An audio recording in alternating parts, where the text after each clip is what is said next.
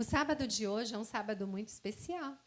Nós vamos falar um pouquinho sobre plenitude na missão e na adoração. Nós já ouvimos falar, nunca vou esquecer do Ézer, uma vez ele pregou aqui sobre adoração. Foi sensacional o que ele falou. E nós vamos continuar falando também sobre a adoração.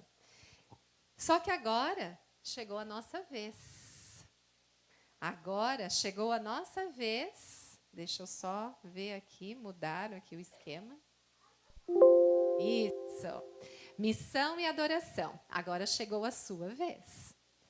Eu trouxe um relato bíblico para a gente pensar um pouquinho nessa manhã sobre Elias. Quem aqui gosta de escutar sobre o profeta Elias? Ah, eu gosto. É sensacional quando a gente lê como que o profeta Elias dirigiu aí a vida dele, né? E a Bíblia e a história, né, relata aí sobre vários episódios da história do profeta Elias. E contém muitos milagres nesses relatos dele, né? E mesmo sendo um homem simples, aí eu já começo a me identificar com o profeta Elias. Porque muitas vezes a gente vê personagens bíblicos, parece estar muito distante da nossa realidade. Então comece a pensar, como o profeta Elias, ele era um homem simples. O que mais que o profeta Elias era? O que vocês conseguem ver aí, né? Corajoso. Só que quando a gente olha, o profeta Elias, ele era um homem sem posses. Então ele começa a se aproximar um pouco da gente, né? Era um homem simples, era um homem sem posses e era um homem imperfeito. Nossa, como se parece comigo? Como o profeta Elias se parece comigo? Só que mesmo assim, mesmo com tudo isso, como nós mesmos, a gente não pode negar que ele cultivava uma vida de fé e uma vida de oração. Olha só, será que se eu quero... Aqui não está mudando. Então, não sei onde que liga também. Tá? Acho que é para cá. Então, Elias, ele cultivava uma vida de fé e de oração. Só que ele tinha uma missão muito certa. E aí eu começo a pensar, será que eu, Viviane, tenho uma missão muito certa? Elias, ele tinha uma missão muito certa. E quando a gente começa a olhar para alguns episódios da vida de Elias, talvez a gente esteja olhando em alguns episódios que ele não estava com prioridade aqui na missão. Porque a missão que ele tinha, que era certa, era, o ministério dele, era para preservar ou para regenerar a adoração ao verdadeiro Salvador. Então, muitas vezes, a gente olha alguns episódios da vida dele e fala, nossa, mas deu uma cambaleada. Mas aquela hora da cambaleada não era a hora que ele estava com foco na missão também. A missão dele era restaurar e preservar a adoração ao verdadeiro Senhor. Então, quando a gente olha tudo isso, a gente começa a ver que essa era a missão dele. A partir do entendimento disso, a gente vai no foco aqui do nosso sermão de hoje. A adoração é a verdadeira submissão a Deus. Tem vários jeitos da gente falar sobre adoração, mas eu quero tocar nesse assunto aqui hoje. A verdadeira adoração é a submissão completa. Não é só a submissão daquilo que eu assisto, daquilo que eu como, daquilo que eu visto. Se eu falar assim, olha, eu tô muito adorando a Deus pela minha saia comprida hoje. Mas será que o meu pensamento é de adoração? Será que aquilo que eu tomei no meu café da manhã foi de adoração? Será que aquilo que eu alimentei hoje a minha alma, antes de vir para a igreja, é de completa adoração? Aí que a gente tem que pensar. Porque a adoração é a submissão completa da nossa vida ao nosso Deus. Quando a gente adora completamente, então a nossa mente, o nosso corpo e as nossas emoções faz aquilo do que o Senhor diz para eu fazer na minha vida. Vocês entendem isso? Quando eu me submisso completamente, tanto o meu corpo como minha mente, ou aquilo que sai da minha boca, é de acordo com o Senhor pede para eu, que o Senhor pede para eu fazer. Então, nesse sentido, eu quero trazer para vocês uma citação de Ellen White, que está no livro Profetas e Reis. Ela fala que que o personagem, né, que nós estamos falando de Elias, ele era confiante no propósito de Deus de preparar diante dele o caminho para dar-lhe abundante sucesso. Quando Elias se colocou a verdadeira submissão completa a Deus, ele sabia que ele ia ter certeza de sucesso. Então ele não desconfiava. E aí que eu quero trazer para o nosso pensamento hoje. Será que nós estamos nos colocando verdadeiramente na submissão do Senhor ou você está com dúvida? Se você está com dúvida, volta a raciocinar aqui, na adoração. Se você está com a verdadeira adoração, submissão a Deus, os seus planos, você tem que ter certeza, porque é Deus que está mandando. Se você está na submissão de Deus, aquilo que você está se alimentando, estou falando de comida mesmo, você tem que ter certeza que está certo, porque foi Deus que instruiu você. O seu jeito de viver, o seu jeito de conversar, os seus relacionamentos, quem você escolhe para namorar, para casar. Se você coloca a sua vida na submissão de Deus, aquela pessoa que está na sua vida, foi Deus que mandou. Mas a submissão tem que ser completa. Será que você está colocando? Ellen White continua falando o seguinte: a palavra de fé e poder estava nos lábios de Elias. Não era Elias que falava. Era a submissão que ele tinha completa a Deus. Deus, mandava palavras na boca dele.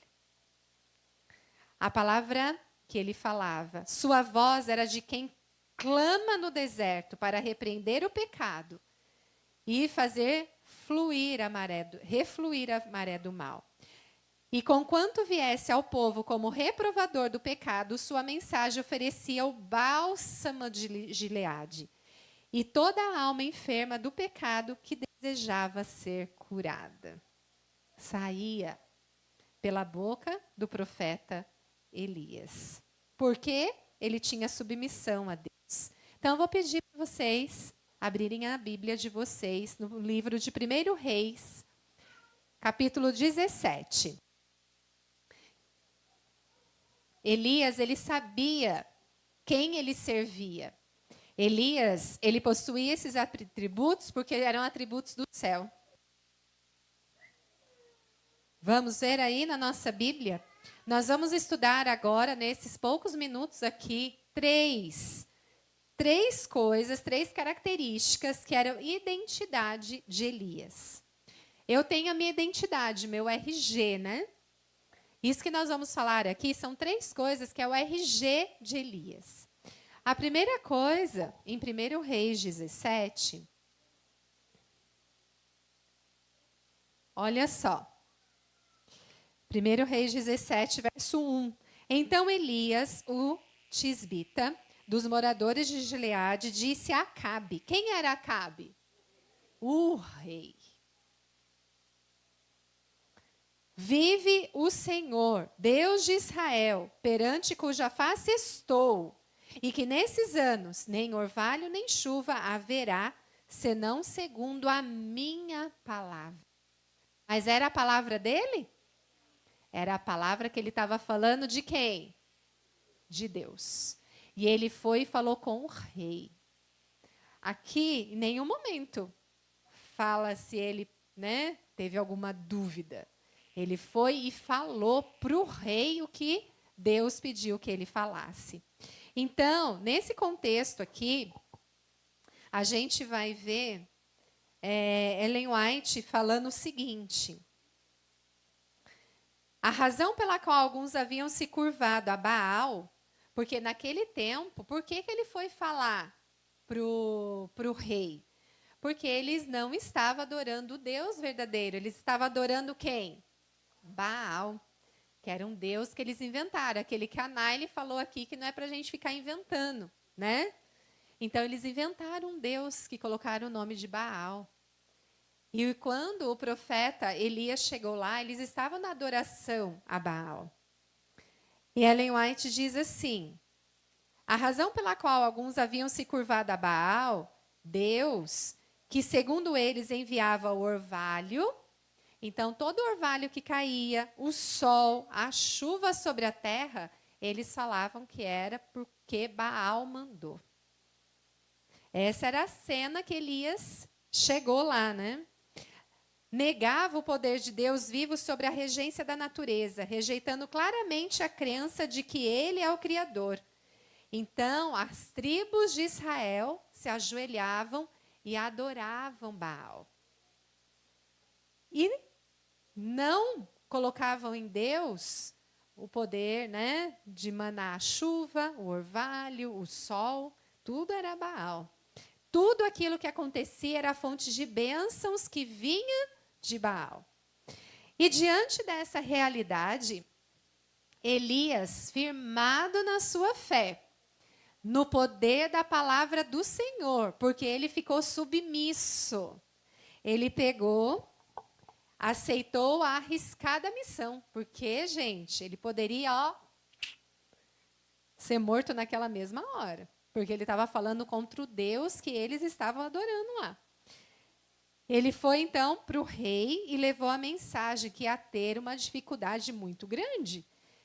Olha, a gente está alguns dias sem chuva. O negócio está feio, não está? Imagina 3 anos. Imagina o que Elias teve que fazer. E daí ele falou: tão certo como vive o Senhor, o Deus de Israel, nem orvalho, nem chuva vai cair. Então, aqui ele colocou em xeque quem? Baal. Porque esse Baal que mandava a chuva, Baal que mandava orvalho. E daí Elias vai e fala: tão certo como o Senhor pediu para eu falar, não vai cair nada disso. E daí ele colocou Baal ali contra a parede, né?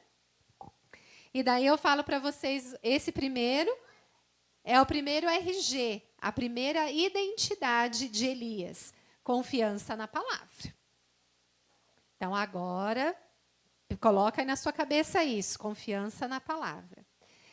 O verdadeiro e efetivo cumprimento da missão não pode acontecer sem o devido alicerce.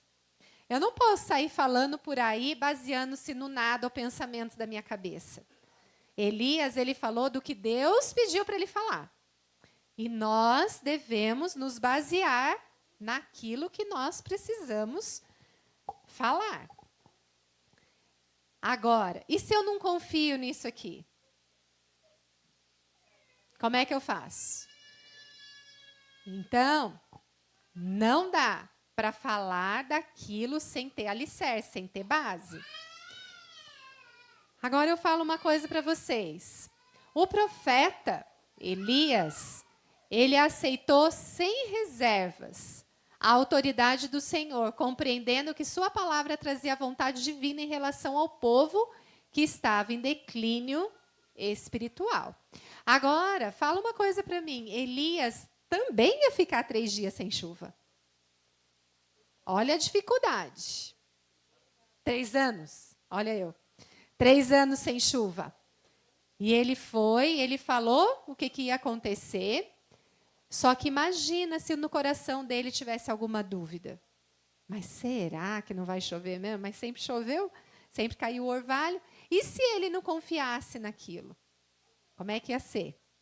Então, o profeta, ele aceitou sim, sem reservas, falar sobre aquilo que Deus pediu para ele falasse.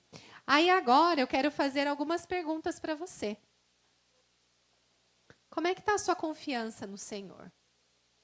Isso é no geral, tá? Aqui está uma foto, uma imagem aqui de mulher, mas eu quero falar para todo mundo. Como é que está a sua confiança no Senhor? Seus ouvidos têm discernido bem a sua voz? Você tem mantido um relacionamento sólido com Ele a ponto de identificar o vocabulário do céu? Será que o vocabulário do céu é esse mesmo aqui?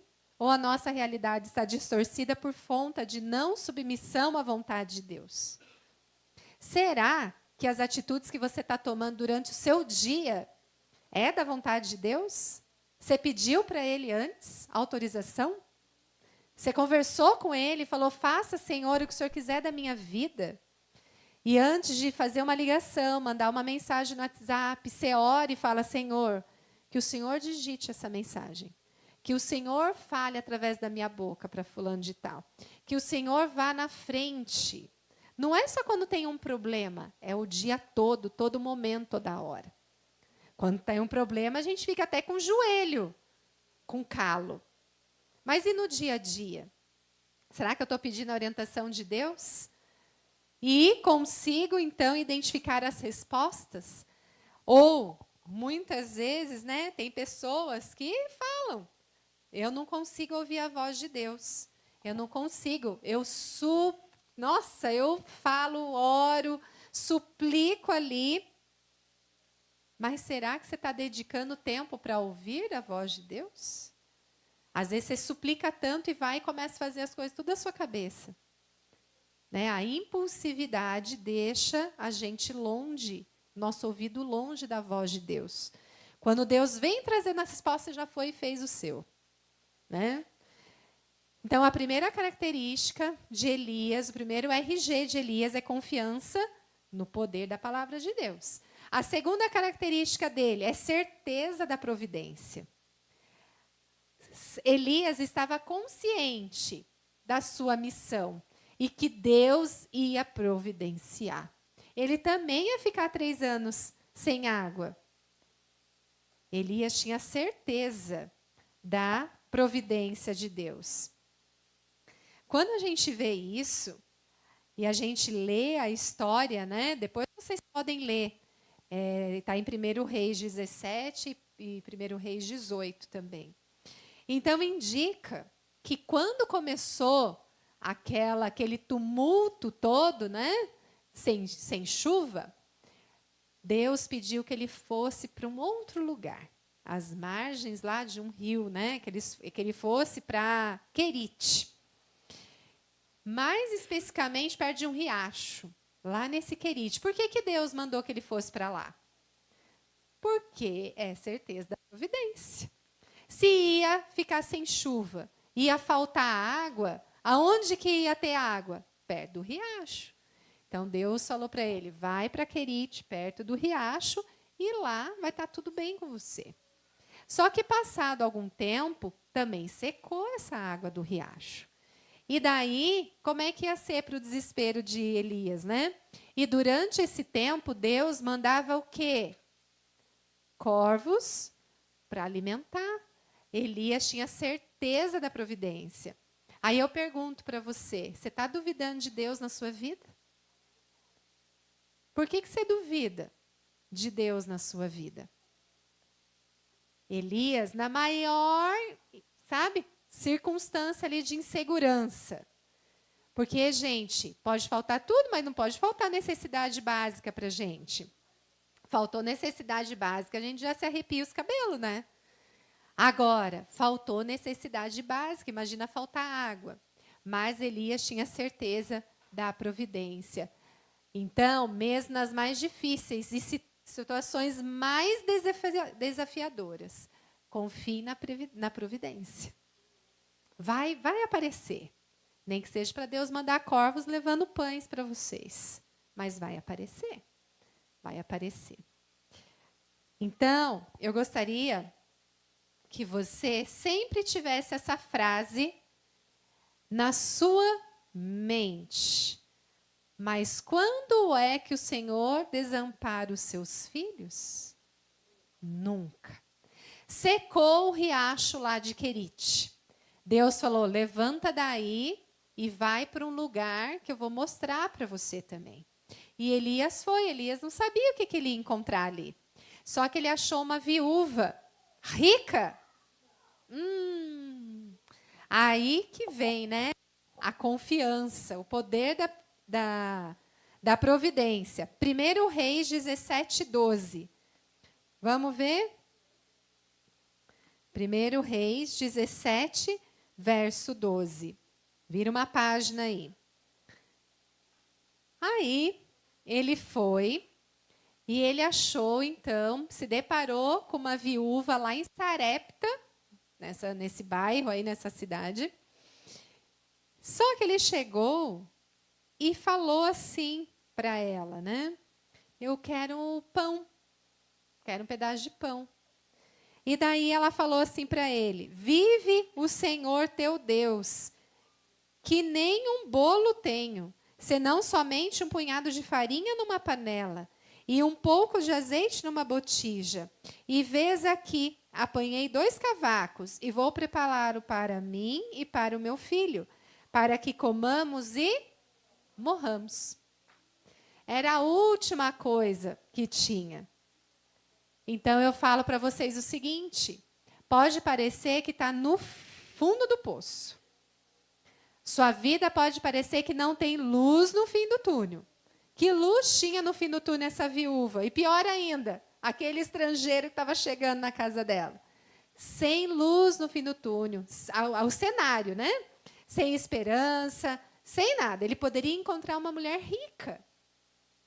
Não foi assim que Deus mandou. Não foi assim que Deus mandou. Ele foi para a mais pobre da mais pobre de Sarepta, porque era o último punhadinho de farinha que ia comer e morrer. E daí eu pergunto para vocês, né? Olha que tempos difíceis. E a gente vê então que o Senhor veio novamente e fez o que precisava fazer. Aqui já foi, né? Quando a gente vê o que Deus faz, olha como Deus é maravilhoso. Vamos ler 1 Reis 17, verso 14? O que diz lá no 17, verso 14? 1 Reis 17, verso 14 até o 16. Porém, assim diz o Senhor, Deus de Israel, a farinha da panela não se acabará, e o azeite da botija não faltará, até o dia que o Senhor dê chuva sobre a terra. E foi assim que ela fez, conforme a palavra de Elias, e assim comeu ela e ele e sua casa muitos dias. Da panela, a farinha não se acabou. E da botija, o azeite não faltou, conforme a palavra do Senhor que falava por ministério de Elias. Não era Elias que falava, era o Senhor que falava através dele. Por quê? Porque ele colocou a sua vida nas mãos de Deus. Ele era submisso. Tudo que saía daqui, era de Deus, Deus que mandava. E assim aconteceu. Deus é maravilhoso. Deus é maravilhoso. Ele não mandou, gente, churrasco. Ele não mandou frango. Ele não mandou, como é que chama aquelas paejas, né? Que mais? Um prato de macarronada. Ele falou que o azeite não ia acabar da botija e a farinha não ia acabar da panela. Deus, ele é maravilhoso. E ele está ali, à nossa disposição para o cumprimento da missão. Só que a gente precisa fazer uma coisa, que é crer. Elias creu, sim ou não? Sim.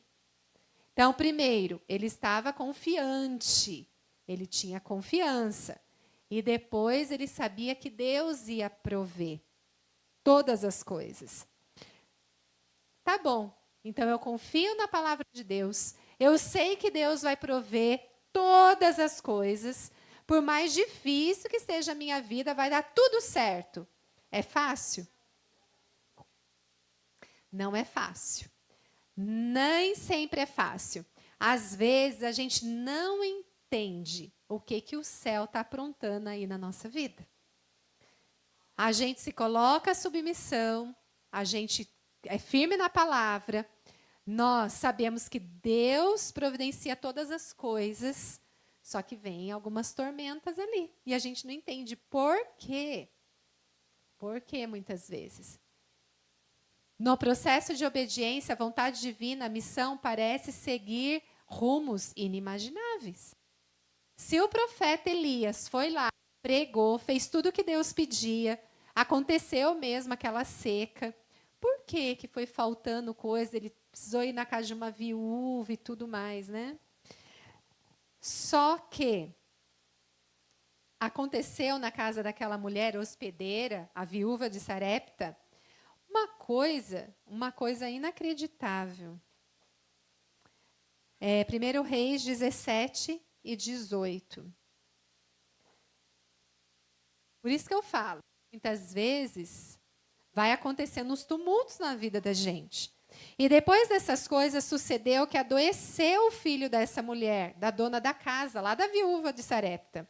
E sua doença se agravou muito, até que nenhum fôlego ficou. O que aconteceu com o filho dela? Morreu.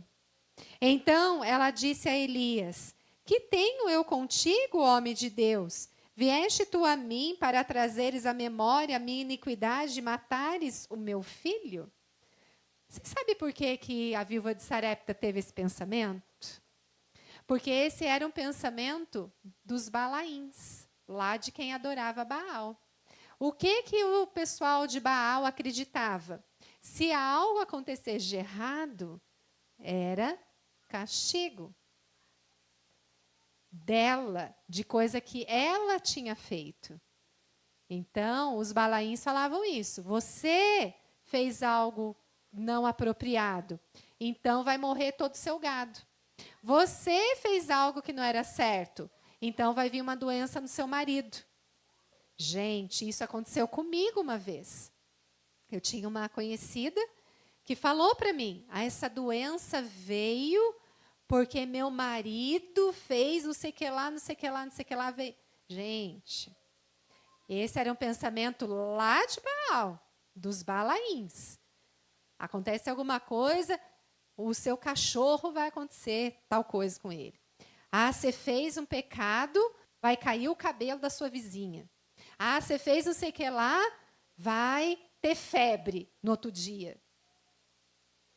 Então, muito cuidado com as crenças que até hoje invade aí o pensamento de muita gente. Esse não é um pensamento normal de se ter, né? E daí, a gente vê como entender, porque muitas vezes a gente passa por circunstâncias assim. Igual que aconteceu com a viúva de Sarepta. Acontece morte na nossa família, acontece doença na nossa família, acontece desemprego na nossa família, mesmo a gente estando apegado a Deus. Como entender essa coisa de dor, morte e doenças? Por vezes, a gente está envolvido na missão e a gente acha que a gente está blindado, que a gente está imune. Bom, chegou aí o Covid, então eu sou cristão, eu prego a palavra, né? Faço tudo, então estou imune. Então, a gente precisa saber definir algumas coisas, né? Mas essa cena é muito triste, muito dolorosa, né? Aquela viúva angustiada, imagina o choro, o grito de angústia quando ela viu que o filhinho dela querido tinha morrido. E daí ela falou tudo isso, né?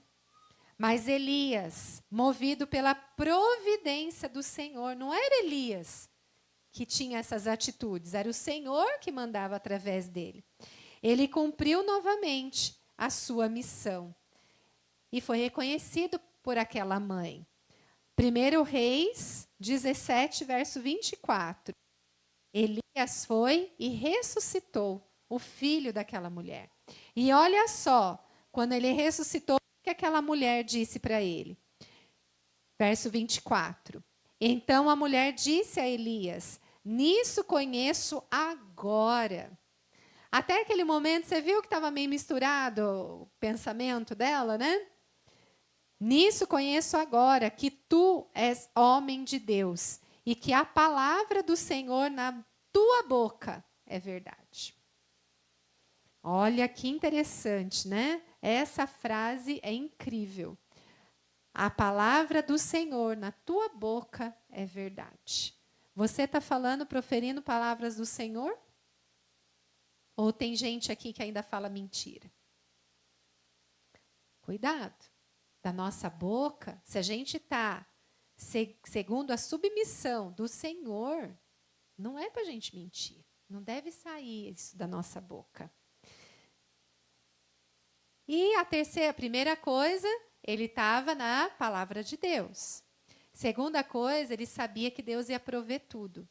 E terceira e última coisa, proclamação da verdade. Verdade, eis uma propriedade que precisava ser resgatada pela missão de Elias. Elias tinha uma missão, que era resgatar a verdade, recuperar a verdade. E que verdade era essa?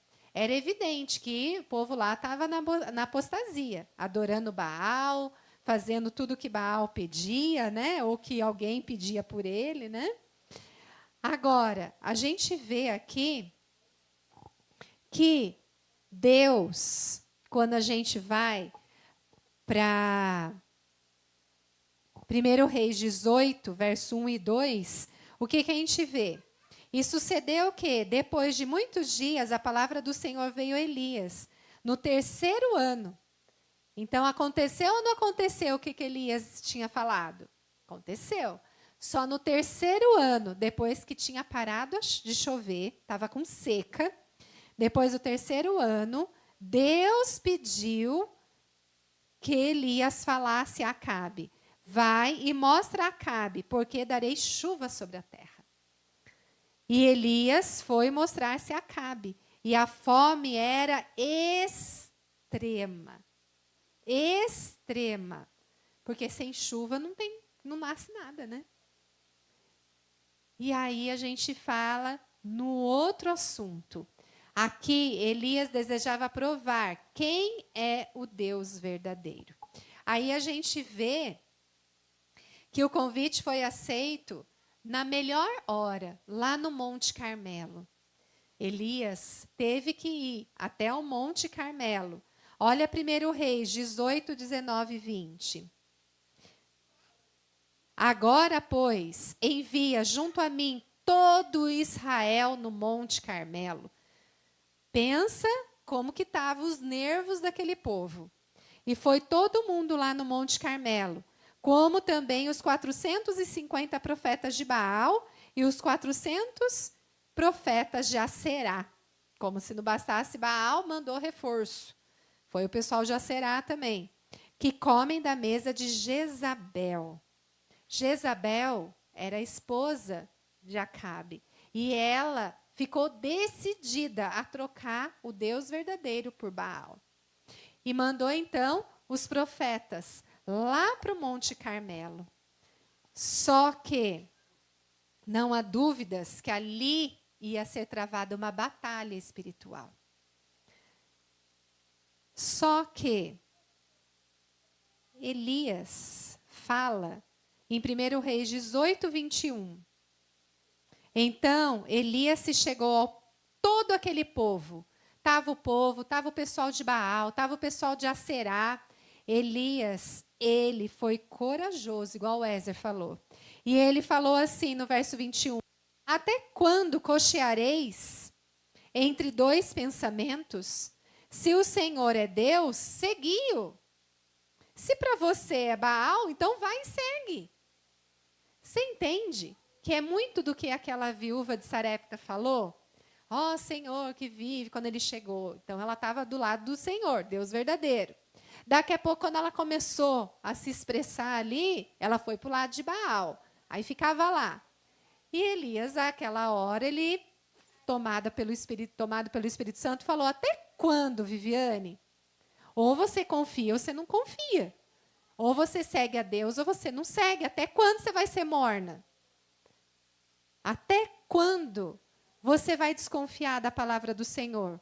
Até quando você vai duvidar que Deus pode fazer as coisas na sua vida? Até quando você vai chorar achando que você não pode fazer nada? E não pode mesmo. Quem vai fazer é Deus na nossa vida. E Deus é todo-poderoso. Ele tanto pode fazer na minha vida, como pode fazer pelo Heitor. Se eu não falar, o Heitor vai falar, porque é Deus que vai mandar. Se eu não falar, a Alice, o Lucas, o Caio, vão falar. É o Senhor que vai mandar. Até quando você vai ficar fazendo isso? Até quando? E essa cena é muito complicada, né? Da gente pensar. E não há dúvidas, então, que ali ia ser travada uma batalha. Agora eu quero falar para vocês, não há como adorar e seguir e servir a dois senhores. Ou você segue a Deus ou você não segue a Deus. Não dá para ser crente meia boca. Não dá. Elias, porém, ele se levantou e adorou. Porque ele sabia do primeiro mandamento. Qual é o primeiro mandamento que a Naile falou aqui? Não terás outros deuses diante de mim. Deus não divide a adoração dele com ninguém. Ou você adora a Deus ou não adora. Não dá para dividir. Não dá. 1 Reis 18:37 fala o seguinte: no ápice, ali a história estava no ápice da vida de Elias. Nunca teve tão boa a vida de Elias como naquela hora. Ele levanta, contra toda aquela apostasia, estava tudo lá, profetas de Baal, profetas de Aserá e todo mundo. Ele levanta e faz uma singela oração. 1 Reis 18:37. Responde-me, Senhor, responde-me, para que esse povo conheça que tu, Senhor, é Deus, e que tu fizeste tornar o seu coração para trás. Só isso. Senhor, responde-me. Mostra quem é o Senhor. E por que o Senhor fez isso? E esse brado do coração preencheu ali, naquele lugar. E não há como vacilar entre luz e as trevas. Para ele, qualquer devoção que não seja luz, que seja difusa ou distante, de, como assim diz o Senhor, é ofensiva e Deus não aceita. É uma ofensa, muitas vezes, o tipo de adoração que a gente mostra para Deus. Então, esses são os principais aspectos que caracterizavam a adoração a Baal. E essa adoração a Baal, meia boca, porque Baal não se importa em dividir com Deus. Tá tudo bem. Então, esse tipo de adoração, igual era lá no passado, do profeta Elias, está acontecendo hoje. Esse tipo de adoração meia boca. Esse tipo de adoração só no dia de sábado. Esse tipo de adoração que não leva para os dias da semana, que o Senhor é Deus e não deixa Ele falar através da gente, da nossa boca. Esse tipo está mais e mais comum nos dias de hoje. E agora eu quero dizer isso para vocês. Não construa sua casa sobre a areia. Construa sobre a rocha. Tem muita gente que pega a palavra de Deus e começa a colocar do jeito que quer. Constrói filosofias, constrói teorias. Tem teoria para um monte de coisa, baseadas até na Bíblia. Como que a gente vai fazer? E não é raro a gente encontrar aqueles que estão exaustos, lutando com seus próprios inúteis esforços, porque não creem na provisão do Senhor. Não é raro a gente encontrar quem transgride o sábado, porque não confia nas providências do Senhor. Não é raro encontrar pessoas que falam mentira, porque não confiam na providência do Senhor. Não é raro encontrar pessoas que comem qualquer coisa porque é mais barato, porque não confiam na providência do Senhor. Não é raro encontrar pessoas que trabalham em 2, 3 empregos, não dormem, judiam do seu próprio corpo, porque não confiam na providência do Senhor. Deus, Ele é nosso mantenedor. E aí, o tempo em que vivemos também tem colocado em xeque essa verdadeira, a verdade absoluta da Bíblia. Tudo isso que nós falamos aqui. E agora, a resposta tem que ser uma só. Diante de tudo que a gente apresentou aqui, né? O que eu quero falar para vocês, diante do que essa palavra verdadeira apresenta, nós podemos afirmar que o exemplo de Elias e sua missão é apropriado para nós, cristãos de hoje? Você acha que tem a ver com a gente hoje? Então, eu gostaria de ler um texto com vocês. Malaquias 4, versos 5 e 6. Alguém pode ler para mim, por favor? Malaquias 4, versos 5 e verso 6.